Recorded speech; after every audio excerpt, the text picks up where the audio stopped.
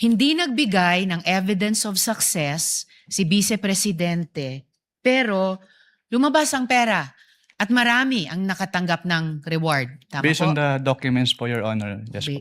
Yes, based on the documents. Now, based on your experience po, karanasan nyo bilang auditor, ano pang pinahihiwatig nito? Pwede pong pakiclarify Ano po yung pinahihiwatig na hindi nakapagbigay ng patunay ng success ng intelligence or surveillance operations, pero maraming lumabas na pera at maraming tumanggap ng reward? Ang ibig sabihin po niyan ay hindi po nag-comply yung OBP po dun sa requirements ng Joint Circular. Okay, so yun ang pahiwatig sa inyo bilang, sa karanasan nyo bilang isang auditor. So, ngayon na wala nga yung evidence of success, matitiyak pa ba ng COA na yung pabuya ay talagang napunta dun sa mga informants? Hindi po, Your Honor. Hindi nyo mapatutayan. O sige, pumunta naman tayo dun sa gamot. No? Di umanong gamot ang ibinigay na reward.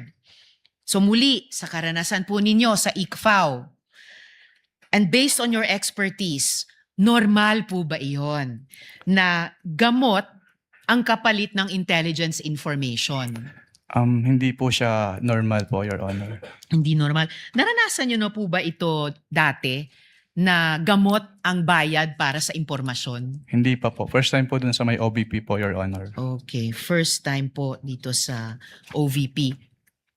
At ito pa yung palaisipan, kung may sakit talaga yung tao, naimbestigahan niyo po ba sa ICFAO kung bakit kailangang magbigay muna ng intelligence information bago siya bigyan ng gamot? Hindi po, Your Honor. Hindi nyo naimbestigahan. So bilang auditor, ito po ba ay ifa-file sa ilalim ng pabuya o sa ilalim ng ayuda? Pwede po kasing tingnan yan. Kasi since document-based po kami, pwede po siyang tingnan as payment of rewards, pero pwede rin po siyang tingnan as provision of medicine. So pwede rin tignan as provision of medicine. So pwede rin siyang tignan na ayuda.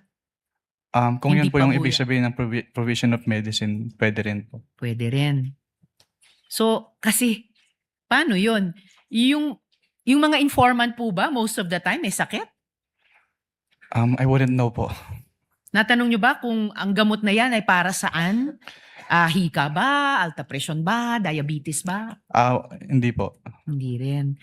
And ayon po dito, si Mary Grace Piatos, ayon sa isang acknowledgement receipt, si Mary Grace Piatos ay nakatanggap ng 70,000 pesos worth ng gamot bilang pabuya.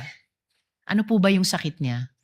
Hindi ko po malalaman since wala naman po dun sa document po na sinamit. Kindly wind up. Will do, Mr. Presiding Officer. Pero may paraan po ba ang ICFAO malaman kung ano yung sakit niya? Kasi binayaran natin ito eh. Pwede po namin tanungin, Your Honor. Pero since document-based po kami, kung ano lang po yung nasa document, yun lang po yung malalaman namin. Document-based pero pwede niyong tanungin. Yes po. Okay, kapag may mga di normal na pangyayaring ganito. Yes po. Allowed po kami under 6.2.3.7 of the Joint Circular po.